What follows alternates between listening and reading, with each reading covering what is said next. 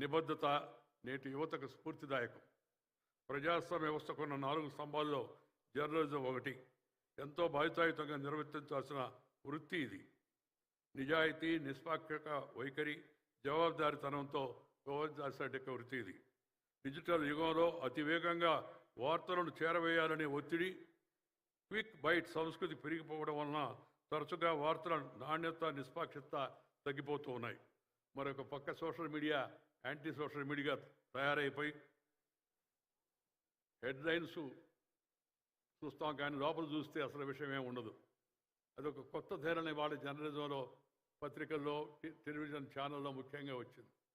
ఆ టెలివిజన్ ఛానల్లో ఒక్కొక్కసారి ఆ వార్త వింటాం, లోపల చూసి అసలు ఏమి ఉండదు. నేను ఉదయం చెప్పాను, ఇప్పుడు మిత్రుడు రేవంత్ రెడ్డి గారు కూడా ఉన్నారు కాబట్టి చెప్తున్నాను. ఒకరోజు ఒక యూట్యూబ్ ఛానల్ రేవంత్ రెడ్డికి రాడ్డు దింపిన వెంకయ్య అని. నాకు యువకుడు, నేను ఎంతో నచ్చేవాడు, మెచ్చేవాడు, కష్టపడి పనిచేస్తున్నాడు. పార్టీలు వేరే కావచ్చు, ఎవరి ఆలోచనలు వాళ్ళే అనుకోండి.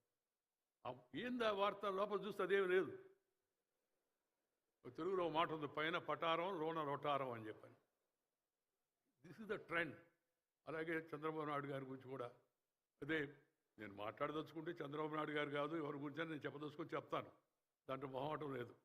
కానీ కార్యదక్షత, మంచిగా పనిచేస్తూ రాష్ట్ర అభివృద్ధి కోసం తపన పడుతున్న వ్యక్తికి ఏదైనా సూచనలు అందిస్తే దానికి వేరే హెడ్లైన్ పెట్టి, ఈ ట్రెండ్స్ కొత్తగా ఇవాళ పత్రికా రంగంలో మనం చూస్తూ ఉన్నాం. నేను కోరుకునేది ఏంటంటే, వారి కుటుంబ సభ్యులు కిరణ్ కానీ, లేకపోతే శైలజ కానీ, విజయేశ్వరి కానీ, మనవాళ్ళు కానీ, మనవరాళ్ళు అందరూ కూడా ఆయన చూపించిన నిబద్ధత, కర్తవ్య దీక్ష, ఆ క్రమశిక్షణ, ఆ జనానికి జవాబుదారీతనం, దాన్ని అలాగే కొనసాగిస్తూ ముందుకు తీసుకెళ్లడమే ఆయనకు కుటుంబం అర్పించేటికి నివాళి.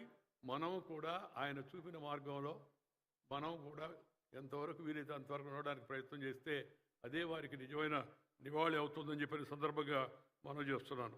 నేను వారసత్వం జనరల్గా నేను మామూలుగా చెబుతూ ఉంటాను, డైనాసిటీ ఇది nasty but unfortunately tasty to some people in politics అని. అది రాజకీయం గురించి చెప్పిన మాట. కానీ మంచి పని చేసేదానికి వారసత్వం అడ్డు కాకూడదు.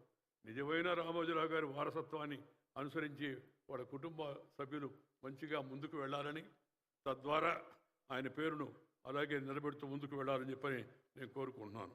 ఈ మహానిఘంటు ఒక మాట చెప్పి ముగిస్తాను. రామోజీరావు గారి దశాబ్దాల కళ అది. ఎప్పుడు రాత్రి వచ్చిన ఆలోచన కాదు, ఏదో తాత్కాలికంగా అనుకున్నది కాదు. ఆ నిఘంటువుని, ఈ భాషని, మన భాషను సుసంపన్నం చేసి సమాజ సంస్కృతిని, పురోగతిని ఆ భాష సూచిస్తుంది.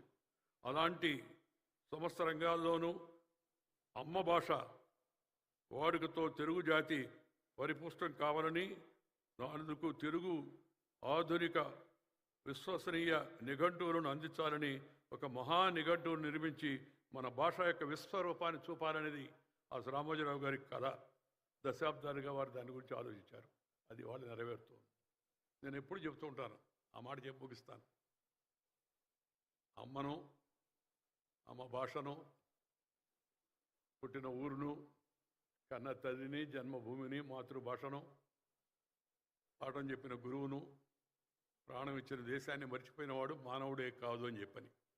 అమ్మ భాష కళ్ళద్దాలు లాంటిది కాదు. అమ్మ భాష కళ్ళ లాంటిది, కంటి చూపు లాంటిది. ఇంగ్లీషు కళ్ళద్దాలు లాంటిది. కంటి చూపు ఉంటే కళ్ళద్దాలు పనిచేస్తాయి. కంటి చూపే లేదనుకోండి, రెబాన్ గ్లాసు పెట్టుకున్నా జుబాన్ నుంచి ఏమి రాదు. అందుకని ఈ విషయాన్ని గుర్తించాలా. ఇద్దరు ముఖ్యమంత్రులు ఇక్కడ ఉన్నారు. నేను వారిని కోరేది ఏంటంటే, నేను రాజకీయమైన కోరికలు కోరను, ఎప్పుడు ఏ పని కూడా అడగను కూడా. మామూలు అయ్యా, పరిపాలనలో భాషకు మంచి ప్రోత్సాహాన్ని ఇవ్వండి. ప్రభుత్వ ఉత్తర్వులు తెలుగులోనే ఇవ్వండి. మరి వాళ్ళకి ఏమన్నా అర్థం కాని వాళ్ళు ఎవరు ఉంటే, ఇంగ్లీష్ వాళ్ళు ఉంటే ఒక కాపీ వాళ్ళకి వేయండి. మన ఒక ఆయన మహానుభావుడు చెప్పాడు, సార్ ఎందుకు అట్లా అంటున్నారు మీరు, ఒక కాపీ తెలుగులో వేస్తున్నారు కదా. భిక్ష అదేమన్నా? తెలుగుదేశం ఇది. తెలుగుదేశం పార్టీ కాదు, ప్రదేశం. తెలుగువారి మనం తెలుగులో సంప్రదించుకోవాలా, తెలుగులో పరిపాలించుకోవాలా, మాట్లాడుకోవాలా.